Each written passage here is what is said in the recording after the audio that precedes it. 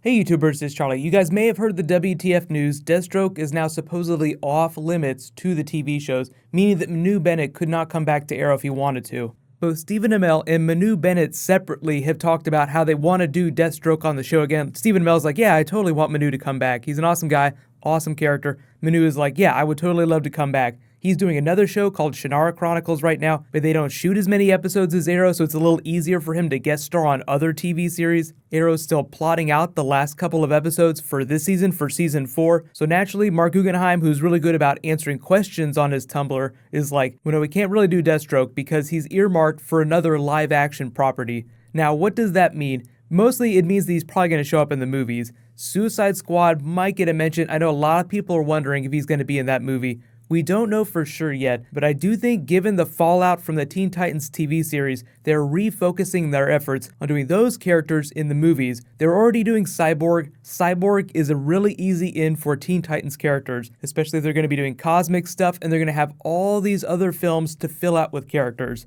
How would they use Deathstroke in the movies, though? He's mostly a Teen Titans villain, but really he's a larger DC assassin for hire. That's his whole deal. He shows up and he always gets his man. He's Deathstroke the Terminator. I know that the version they did on Arrow was depowered, but that's because of the way the TV shows were handling powers at that point. We hadn't really got Barry Allen yet, we hadn't had the dark matter explosion, but by comparison, in the comics, Deathstroke's powers are off the charts, and his sword is magical. He has an Abeo blade. Just like Katana has a magical blade, it's not the same type of magic, but he has a really powerful sword. He's a lot more intelligent than most of the other characters, and thus that gives him better fighting ability. He's able to calculate every possible move that you're going to make. So a really good example of him from a kind of a bad story is Identity Crisis. Arthur Light, the original Dr. Light, is worried that the Justice League is going to take him in and kick his ass, so he hires Deathstroke to protect him from the Justice League. And Deathstroke, by himself, is able to hold off the entire Justice League. So I think when he shows up in the movies, we're going to see a version that's closer to that. Someone who's so good that they seem like they have supernatural abilities, even though the movies are trying to be a little bit more realistic. Like, what if an alien really did land on Earth? What would that be like? What if a Batman really did exist?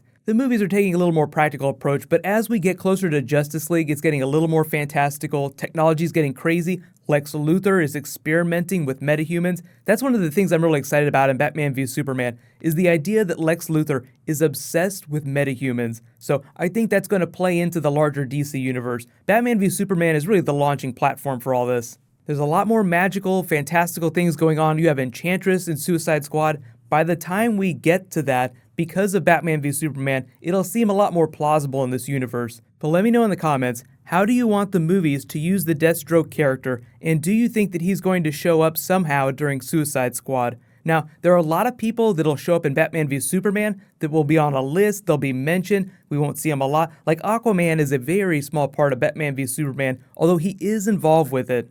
So the first time we learn about Deathstroke, it might be in a really offhanded way, like someone might mention him in passing, and then we see him in a really big way in a future film. As far as I know, there's no official Teen Titans movie on the books. I don't know what they would call it. They wouldn't call it Teen Titans. They'd either call it Titans, or they just call it the Cyborg movie, and they turn the Cyborg movie into a Teen Titans movie. Jeff Johns did do that special where he teased out the other films, like the Green Lanterns film that's going to be coming. There's still a lot of stuff that's already been planned that they're working on that they just don't have any material to show off. They're still trying to figure the scripts out. They're still trying to figure concept art. Like, they haven't even cast anyone for the Green Lanterns movie yet. But that's so far off that we really need to pay more attention to what's going on in Suicide Squad.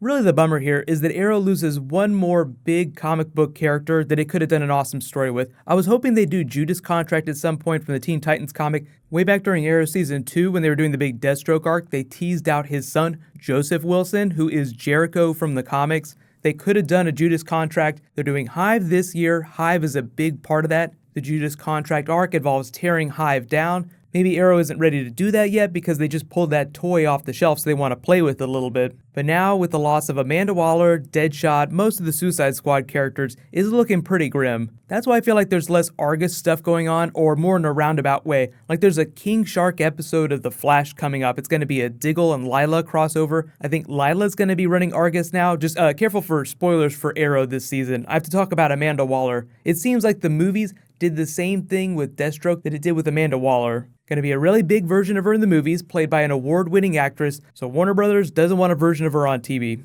Just remember though, the back door is always going to be the multiverse. The Flash just teased that out. Careful for spoilers from The Flash for last night if you haven't seen that yet. But there is an alternate version of a character in the Suicide Squad who died on Earth 1. He shows up on Earth 2. He's a completely different person, but it's the same character. So they could probably do some of these characters using Earth 2 plots, but for practical purposes, I think most Earth 2 stories will be Flash-based stories. So if we see Earth 2 versions of Suicide Squad characters, we would probably only see them on The Flash. In related news tonight, Oliver and Merlin are going to wreck the shit out of each other, so be sure to watch. It's going to be a lot of fun. There's a new round of the Reverse Flash Ring giveaway, and I'll talk about the mystery green arrow we saw on The Flash last night. That's mostly a Legends of Tomorrow thing, but I'll talk about it during my Arrow video too. 4 big words. Holy shit, Connor Hawk. So while you guys wait for my Arrow video to post tonight, you can click here for all my Suicide Squad Batman v Superman videos, and you can click here for last night's episode of The Flash. Thank you so much for watching, everybody. Let's high five. I'll see you guys tonight.